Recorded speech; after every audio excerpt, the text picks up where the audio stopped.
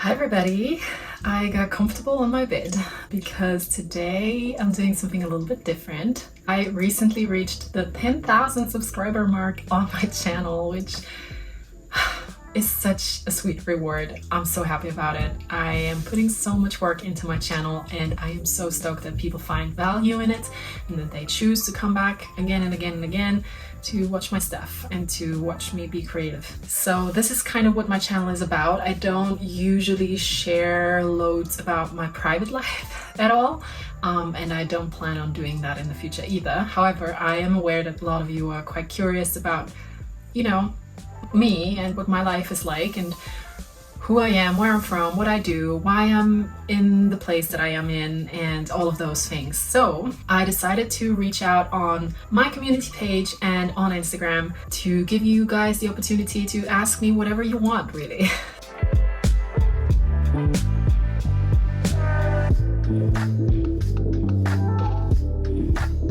What I've done is I collected all of the questions that you guys have asked me on Instagram and on YouTube here on my computer, on my notes app, and my plan is to kind of go through them as I feel is a good sequence, I guess. I decided not to call out the names of the people who asked me the question just because I don't know if each and every one of you is comfortable with being called out by name, so I want to avoid any inconveniences really. So I'm just gonna read out the questions without calling out the names, but you guys know who you are. Thank you so much for sending in these questions.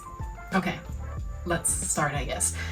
So I've gotten loads of questions, but the number one question seems to be what my job is. Also in combination with the question if YouTube is my full-time job or if I have a daytime job. So I'm going to read out one comment that kind of sums it up and I'm going to try to answer the question with that one. I am always curious about people's day jobs. You don't have to be too specific if it's not something you want to discuss in detail. In particular, how someone's career relates to their sewing. For example, skills that benefit you in your profession that also apply to sewing, or the ways in which the job and hobby are really different.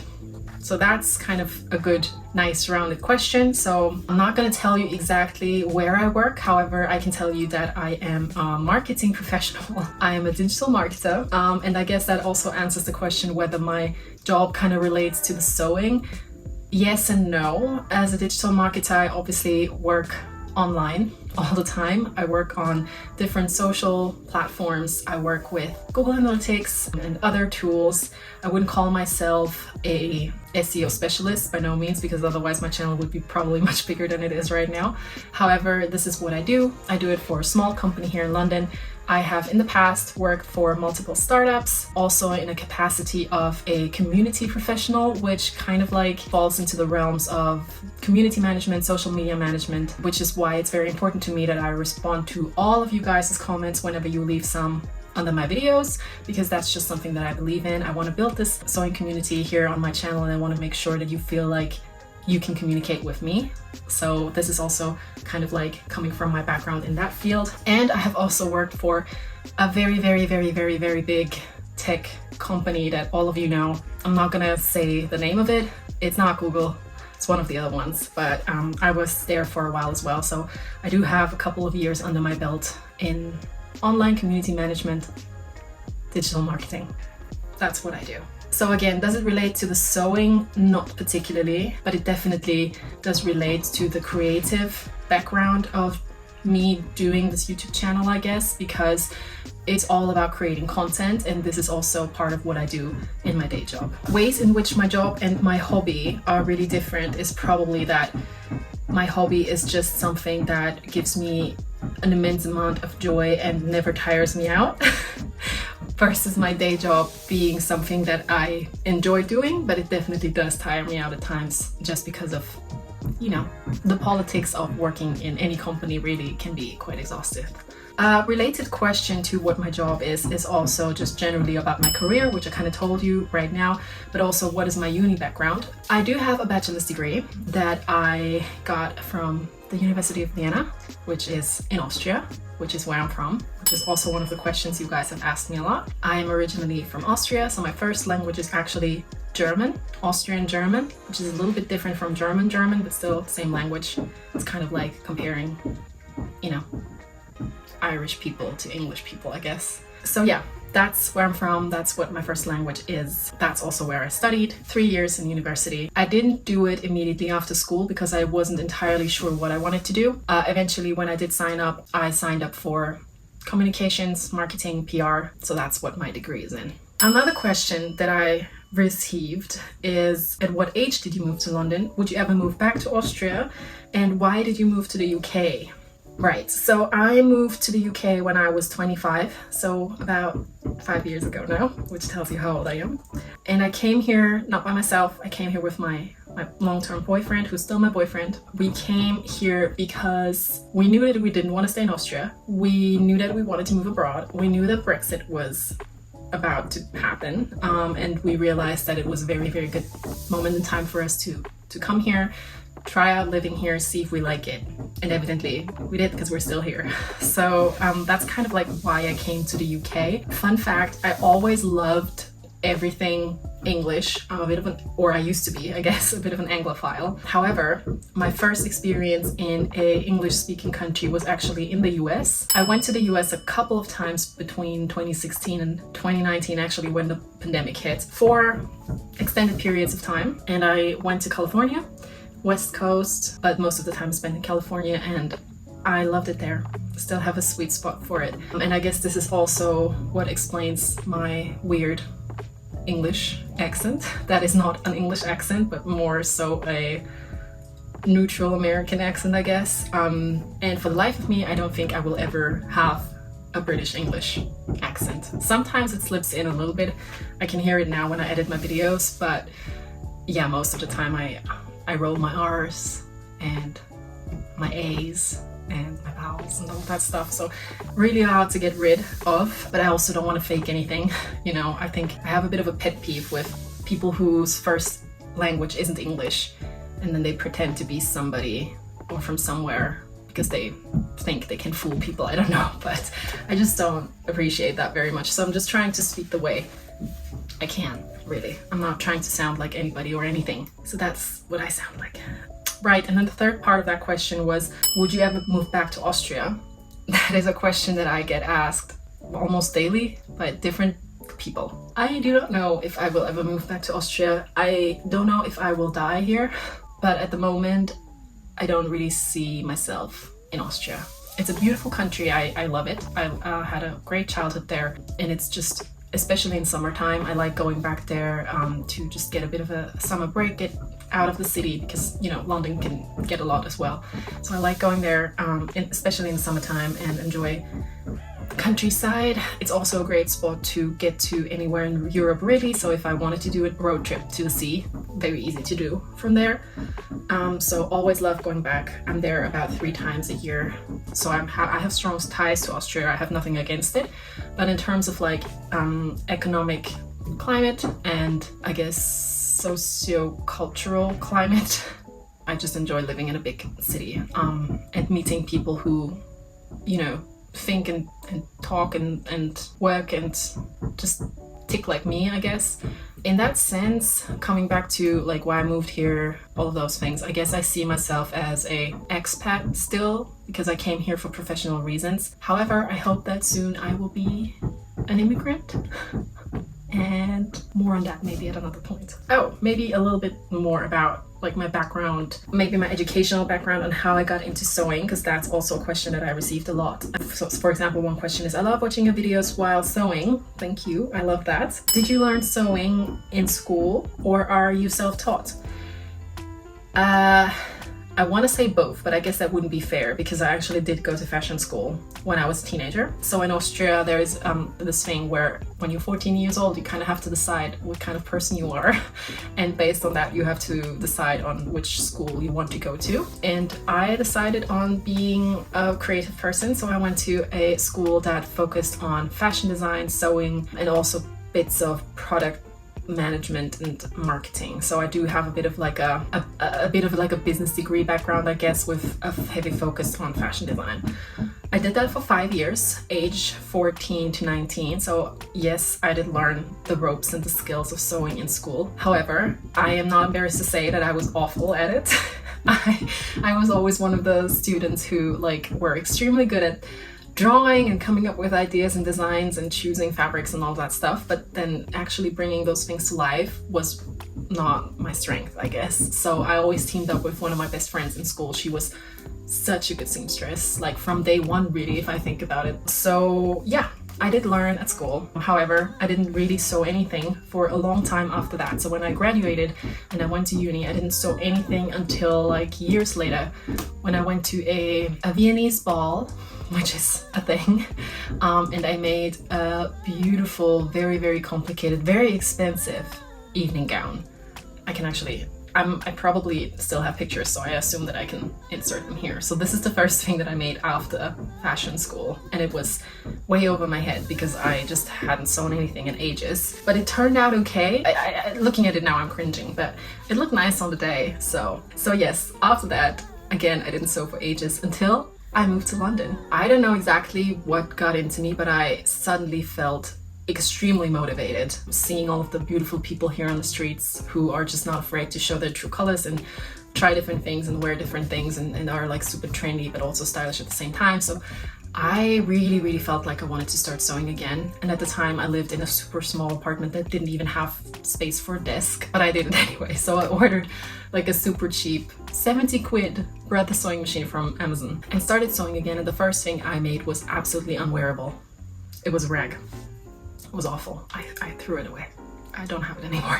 But I kept sewing ever since, and I think it took me about 6 months to kind of like refresh my memory and get back into it. And from that point on, I kind of built upon the skills that I learned in school and got better and better and better. And I don't want to be, humble. This is not a humble brag or something, but I'm very proud of myself as of like how far I've come and how good I'm now at sewing, particularly because the design thing and the inspiration and like the creative part was never really that much of a problem for me, but the sewing was. And now I'm proud to say that I would call myself a good sewist.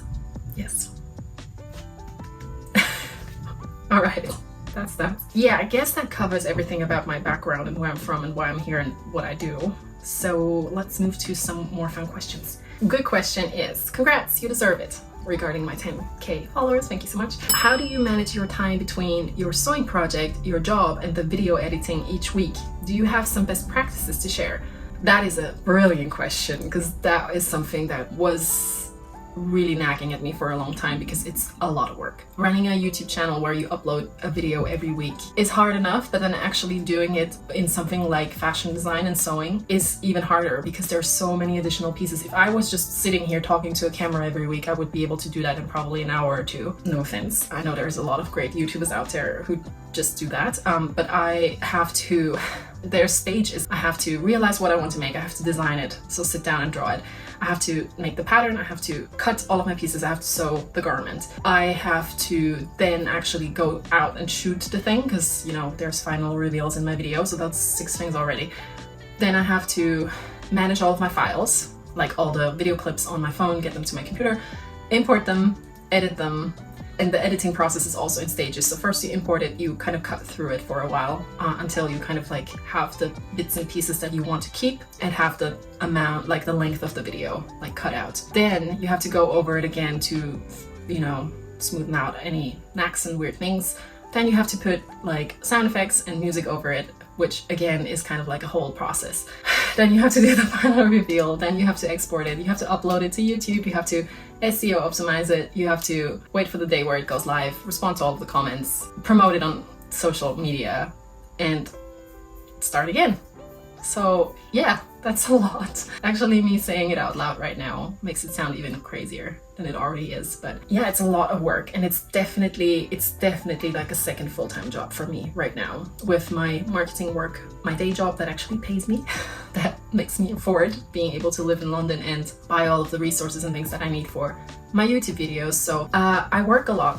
Is I guess the bottom line. I work a lot. I usually start YouTube work in the mornings. I then do my job 9 to 5 with some breaks in between that I might also be using for YouTube depending on what kind of day it is. I might sew a little bit in some breaks. I might edit. I might go for lunch outside and wear the thing and my boyfriend takes some final reveal shots, things like that. So if I can squeeze things in between during the day, I will do that. But obviously most of my YouTube work happens on the weekends and evenings. In terms of like, do I have some best practices to share? I guess just realize when you're most productive and get a routine. Like Monday to Friday, when is your sewing time, when is your editing time, when is your final shot taking time, when is your upload day, all of those things you have to suss out, and that might take a while. So if you think about doing something like this, give yourself time and patience. And obviously if you think about doing something like this, I'm super happy for you to reach out to me. I'm always reachable on Instagram. It's easy to chat there. So if you want to, you know, get some advice or like best practices or have some specific questions, super happy to chat to you on Instagram. No problem at all. That was that question. Oh my gosh, I'm talking so much. I hope I can cut this down to a digestible length. I have a few like fun questions, philosophical questions. I might try and cover those a little bit more quickly. Who influenced you in sewing and in other aspects of your life? That is a very good question. And I think the way to answer is that it's not so much about who, but like what. So I would say that I always had a fable for, I don't know, like fashion, dresses. Like I would, you know, I was the kind of girl that just dressed up at home, got out all sorts of beautiful scarves and skirts and dresses from my grandma's closet and my mom's closet and just dress up. I would make dresses for my Barbies. I loved everything that kind of was feminine and pretty and that sort of thing. So I guess that's kind of where it came from. And there was a time in my life where I really wanted to become an actress. So I feel like Hollywood and fashion kind of like go hand in hand. And then of course, being in fashion school, I was spending a lot of time reading magazines. That was still a thing back then, reading magazines. So yeah, I think that's kind of like what influences me still to this day. And in other aspects of my life, that's too big a question, I guess, for me to answer. But I'll have to think about that. Have you ever wanted to get any pets? Have I ever wanted to get any pets? Are you joking? Yes, I have. And I still will one day have a pet. Currently, as a lot of Londoners out there will know, when you rent in the city, it's almost impossible to own a pet. So that is something that I will have to push into the future. But if you want to know what kind of pets I would want to own, it is an English cream dachshund. It looks like this, absolutely adorable. It's small enough for me to take it and travel to places or go home to see family, but it's still a dog. I love that. So that's my dream pet. What's the biggest thing you learned about life recently? You guys are hitting me with the philosophical big questions. I'm not gonna lie, I am stressed. I have been stressed for a while. And I think the thing that I am learning right now is that what's supposed to come to you will come to you. I'm sure there's a better way of saying that, but I need to stop stressing myself. I need to just let things happen because I know that I'm working a lot and I'm working for the things that I want in my life and they will eventually come around. And there's no use in me, sitting and being nervous about it because that's just gonna exhaust me. So I guess the biggest thing I learned about life recently is to be patient and to not let society dictate certain timings of life events for you. And I'm sure a lot of women out there my age understand what I mean, right? How much time do you take to sew, weekly or monthly? I think I already kind of answered that question. I sew all the time because I have to, or I set myself the challenge to upload a video every week. So I basically kind of sew all the time. What are your favorite and your most challenging parts of sewing?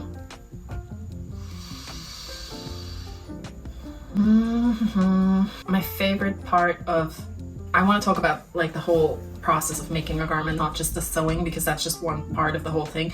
My favorite part is definitely the design stage, closely followed by the final product stage, like where it comes together and you're like, oh, this is a thing and it worked. So actually, I guess the sewing part is the thing that I enjoy the least because I'm a very impatient person. I am an instant gratification girly. I think I've talked about this before. So that might also be why in the past I've not been very good at sewing because I'm just, I tend to skip steps, which is not something you can do when sewing. So yeah, that's the most challenging part for me, being patient and taking all the necessary steps and precautions so things turn out well. Yeah. What are some of your favorite sewing resources like books, fabric stores, pattern companies, etc.? I would love to give you a very, very good answer to that, but I don't have one because I'm such an eclectic person. I hate reading instructions. Like I hate reading technical books. I'm a big like fiction girly. I love reading fiction and I read a lot actually, but I don't read technical books. I think I have one technical book that I've bought in the Design Museum in Kensington a while ago, and I actually really like it. It's this one. It's about the art of Japanese pattern drafting basically on a mannequin, and I looked into that a couple of times and I really liked it. That was before I started flat patterning my pieces again. In terms of like flat patterning resources, I did learn a lot of it in school. However, one blog that helped me a lot is called In the Folds, and that blog I actually discovered through another of my like resources, I guess if you want to call it, is with Wendy's YouTube channel. I know you know her. I think she's amazing. I've been following her for a while.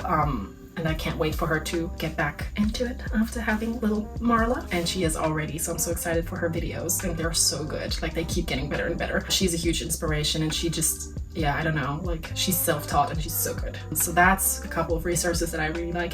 Fabric stores. I live very close to a very, very famous London fabric street, which is called Goldhog Road in West London. So I do get a lot of my fabrics actually from those stores. A lot of them don't have online websites. A lot of them sell dead stock fabrics that they get from like big brands like Zara or H&M, or I've seen there's this Spanish brand called Riojas. I don't actually know how to say it, but I've actually bought a couple of fabrics already that I then later saw in their design. So they have a lot of dead stock fabrics there. Online shops, I really, really like Fabric Godmother. I'm actually one of their ambassadors. They have beautiful dead stock fabrics as well, which is actually my preferred way of getting fabrics because it's just a little bit more sustainable than getting new fabrics all the time. I obviously love Liberty London, which is not a very sustainable choice, but it's a high fashion, high end choice, and it's also very expensive, so love that. I also love, what are they called?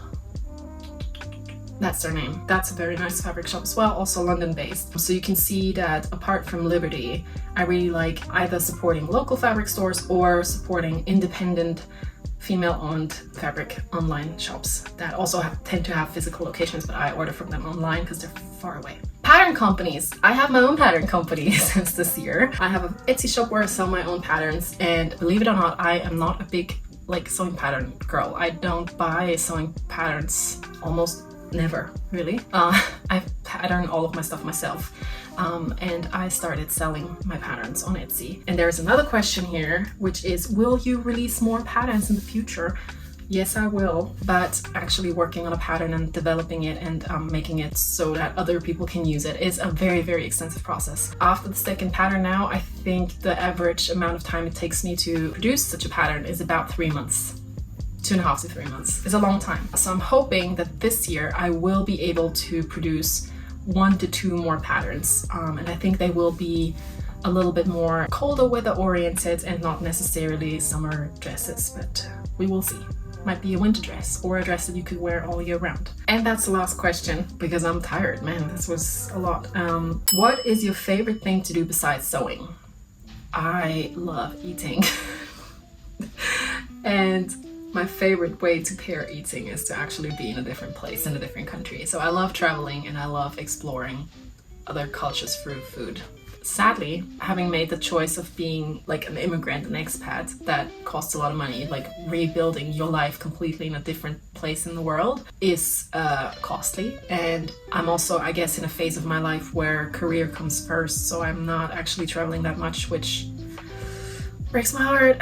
But I hope that next year, hopefully I can go on a bigger trip to a place that I've never been to before. Hopefully a place in Asia, because I've never been to Asia. I've been to all of the other continents, but not Asia. So that is on my bucket list.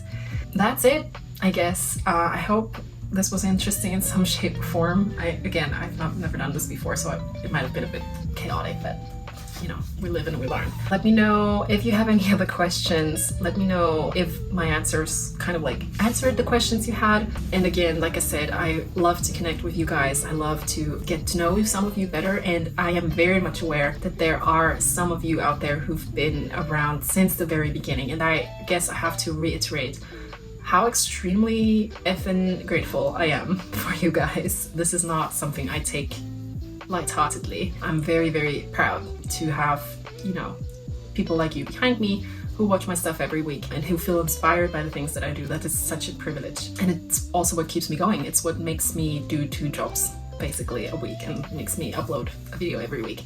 And I just love doing it, you know. No matter how stressed or how tired I am, I'm always excited for Sunday afternoons when I get to talk to you guys in the comments and get to hear what you think about my latest make. Right, that's it. Next time we will be making something again. So see you then. Bye.